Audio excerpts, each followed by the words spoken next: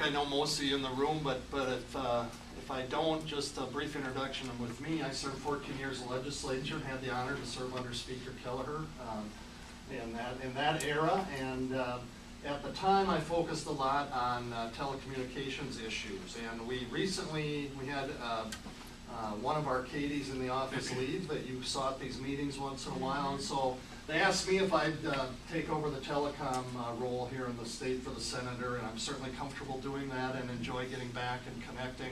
I also serve on the Broadband our board, and we meet quite frequently. I know you're aware of them, and certainly Bernadine and their work up there. So I just want to get that on the table, and then I want to bring greetings from Senator Franken.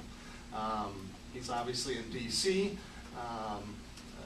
partly for work, but it's really hard to get him home because, as you know or don't know, he had a new grandchild. It's not just the royalty overseas that are having grandchildren, but I see Joe Mauer is having twins maybe today, and the senator just had his first grandchild, Joel, and I haven't not seen Franny at all back in the Twin Cities because his daughter lives in D.C., and so they spent a lot of time. He said his biological clock was ticking to be a grandfather, so he's very happy that he finally had the child.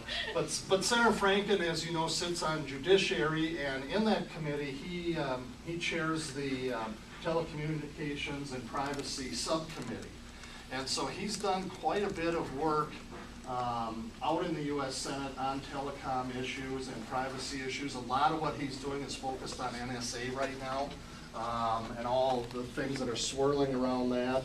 But I just want to let everyone know that he does take a personal interest in telecommunications, and he's one of those 100 senators that actually is focused and tuned in. It's, as we know, it's not always, we all think it's a sexy topic, but you know, in the U.S. Senate, it's probably not their main issue that comes before them every day. But I want to assure you that between him, and we actually have two Judiciary staff members in D.C. that focus on these issues too. So there's, besides me in the state and Senator Franken himself out there, we also have two other staff people, Alvaro and Josh, on the Judiciary staff that focus. So I invite you all to stop in. If you're in D.C., please come by our office and talk to, if not the senator himself, at least to the staff on what your issues are and what you see happening out here, because we're very interested, and particularly in broadband and the deployment of that and the coverage of that, and there's a number of issues that we're tracking. He had a chance to visit with Tom Wheeler, the new FCC chair that we're waiting for confirmation, should be coming very soon. A lot of this, if you were at Mike Martin, just had his group in town. We had a lot of updates on that too, but we hope confirmation is coming soon, that we don't see any block there on that confirmation. And that'll be good, because I think some fresh air there will move forward in a very positive way. We're tracking USF funds. We're waiting for the Farm Bill to get done. USDA Rural Development Funds have RUS funds and all sorts of things and tools that we use with our rural development partners here in Minnesota with varying companies, a lot of the co-ops and others, but a lot of that can be used for broadband and telecom deployment. So we look at that. There's initiatives for schools and libraries and healthcare facilities and E-rate type discounts. And so we're tracking all of that on your behalf.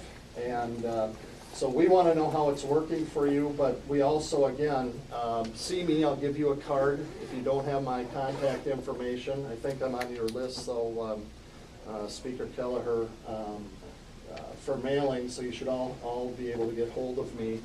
But let us know what we can do. Senator Franken really wants to be engaged on this, and he really, I mean, he kind of comes from a communications background, as you know, and so he's really tuned into what's going on in Minnesota on that, and wants to make sure that we, you know, not only are caught up with the rest of the country, but hopefully start leading in many of these areas. So any questions you have, I'll be around all day, and I thank you for the time. Yeah, there might be a couple of questions right now. I think, you know, one of the I'm not going to answer any questions. Okay. I'm teasing. You know, we appreciate Senator Franken's attention to the issues around broadband, and I happen to be out on Bill's very good Connect Minnesota website, which has some fantastic graphics and information. It's really, I was going to compliment you again, very well presented in terms of easy to read. And I think one of our concerns, and if you read the minutes from the last meeting, is really a huge issue is rural connectivity. We see that digital divide is closing in a lot of demographic groups, especially when you factor in mobile technologies. But rural Minnesotans, in particular rural low-income Minnesotans, still are do not share as much in the promise of being able to connect. There's also another issue that we've been really focused on, that's adoption, because then, you know, we do have places that have availability, and this tends to hit low income and seniors across the state where they just may not see the value or maybe feel priced out, although we have had many presentations about some awesome programming that goes on in the state. But I do think this issue of, you know, if we want to meet these big state broadband goals, and I think you and I were both there when they were passed, we need to really up our game in rural Minnesota in particular. And so I think that your special attention on that and the way to, you know, help advise us as well. I think that this group probably will be coming forward with some recommendations about the types of incentives that could be available and partnered with federal dollars to make it even more meaningful. I don't know if that sparks anything for you that you're seeing happen. Right. No, it does, and I think there will be opportunities for partnership. You know, unfortunately, you know, earmarks are a day gone. They shouldn't be. We don't agree with that. We think we did a lot of good things with dollars for specific projects, but they are. But it doesn't mean that we can't, you know, through our connections within, we can target, we can write language that is favorable to rural areas of states like Minnesota, and we can look at that type of partnerships. But you're right.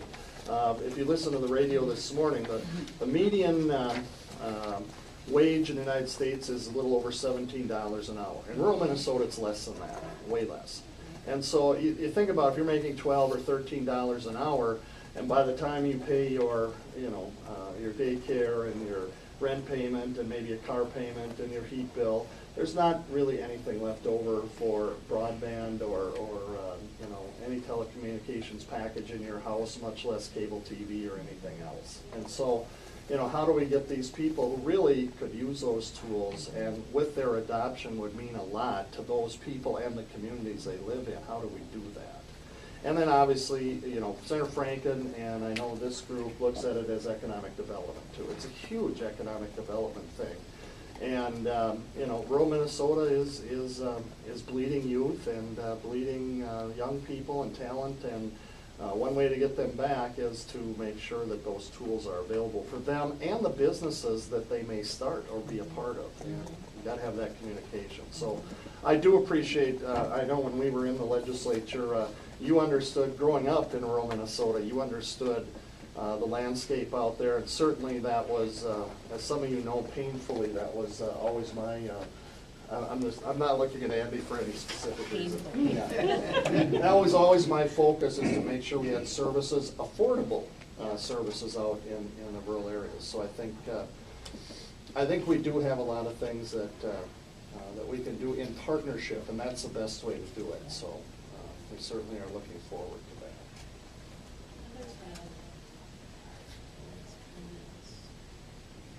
that. Just one from me. The Fiber to the Home Council yesterday came out with a paper and a program that they're hoping the FTTA, or that the FCC will adopt, called a Gigabit Communities Race to the Top. And I would urge the senator to take a close look at that program, because in his committee position, he will likely have some influence. Yeah, and anything specific like that, Gary and others, please email it to me. And I'll see to it that it gets in the hands of not only the staff, but the senator himself out in DC, so that we see it and we put a star on it in our pile so that we can keep and track it.